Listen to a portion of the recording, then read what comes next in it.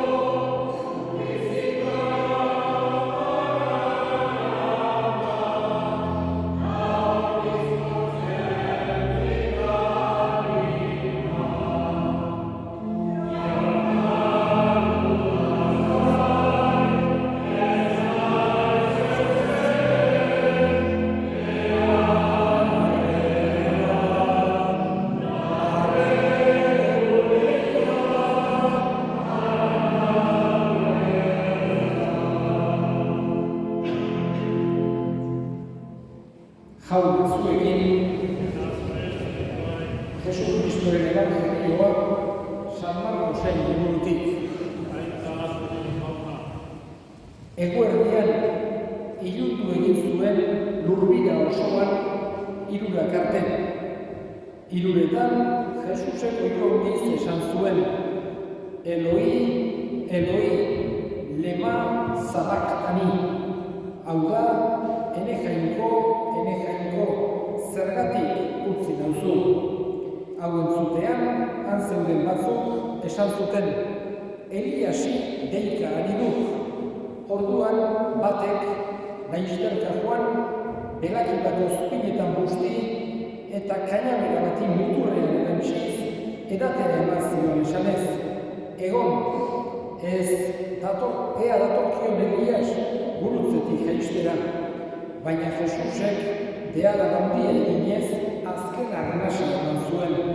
Orduan, santutegiko oiala erdi urratu zen, goitik beheraino, aurrean zegoen erromatar egunkariak nola izen ikustean esan zuen, benetan Jainkoaren semea zen gizon hau, jaunak esana.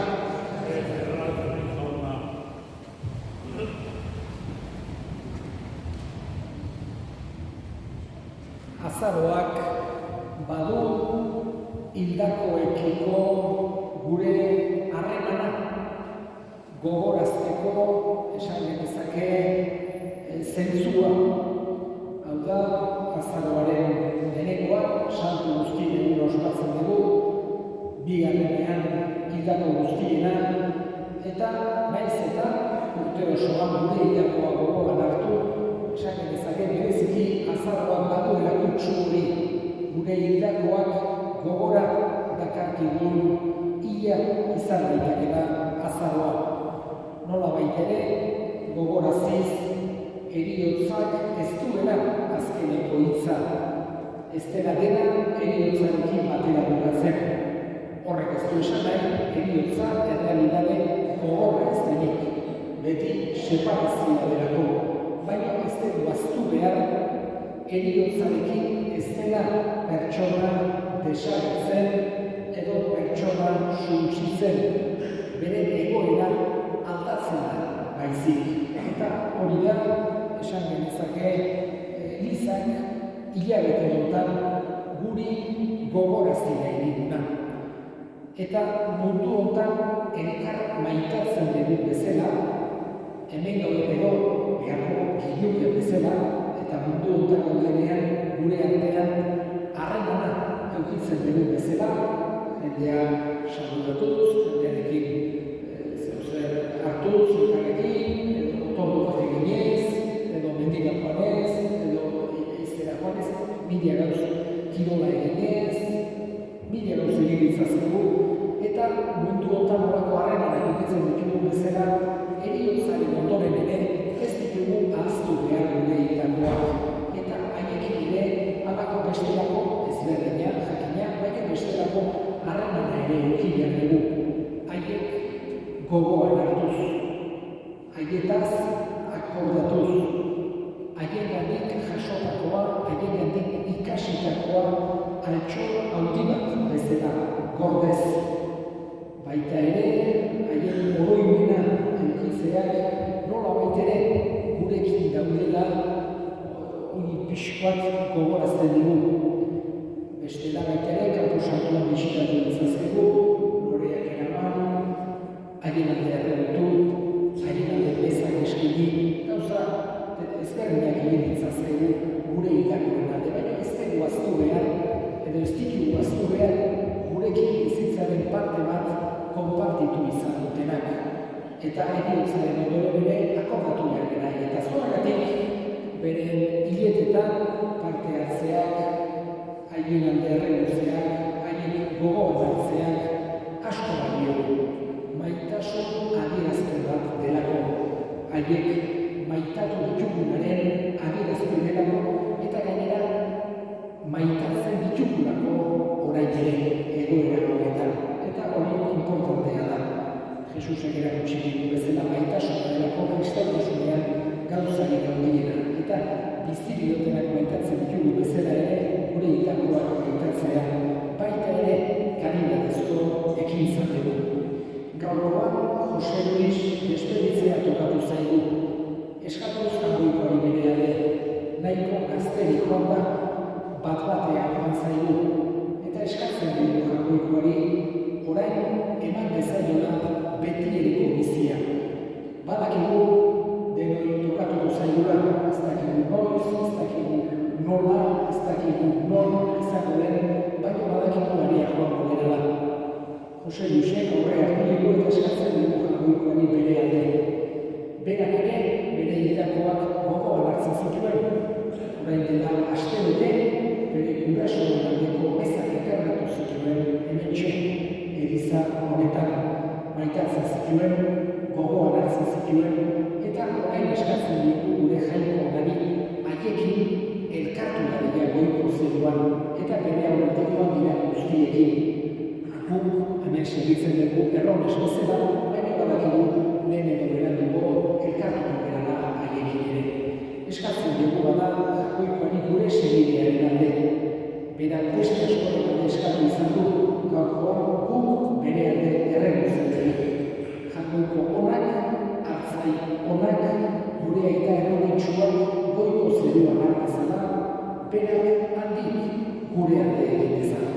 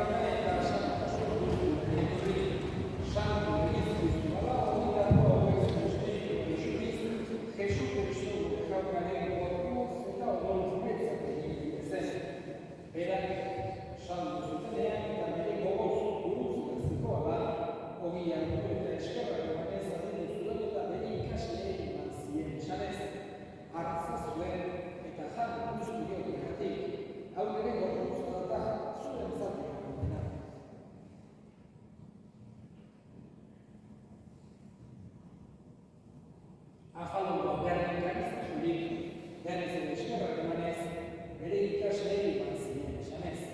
Hartzazue eta edan guztiok ondatik. Hau bere ogolaren kanizan da, tutun berri eta betik horren nola, zuentzat eta askorentzat ekatuak barkatzeko asurik dena. Egizute hau bere hori.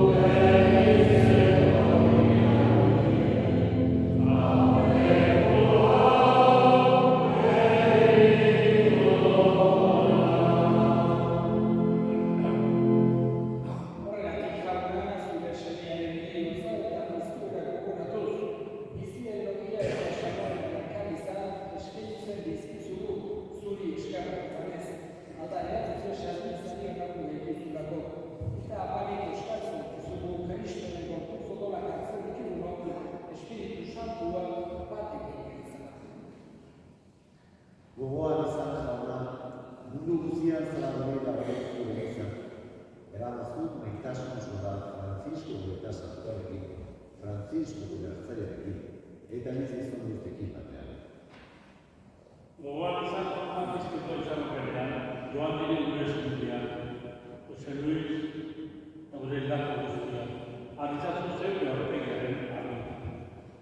Errutizak izan goaren guzti erretiko bizitza eritxire zaun, Langoikaren amaria doatzoarekin garen zena, Jose Santuarekin, apostol Santuarekin, San Miguelekin, eta gizarte guztietan zure lezide izan dire Santuarekin. Harekin batean, horrek zaitzaun, Jesucristo zure zerearen bitartez.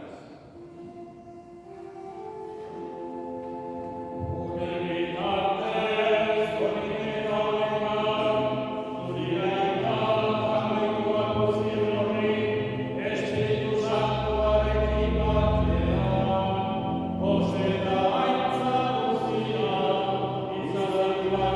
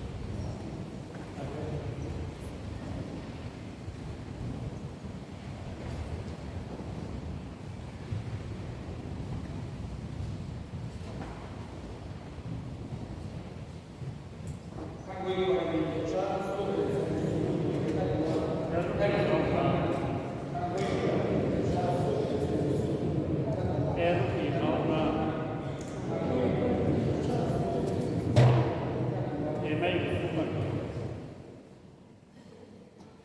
Hona hemen jangoikoak munduko pikatuak kentzen duena zelulosua jangoaren egatuak. Jauna,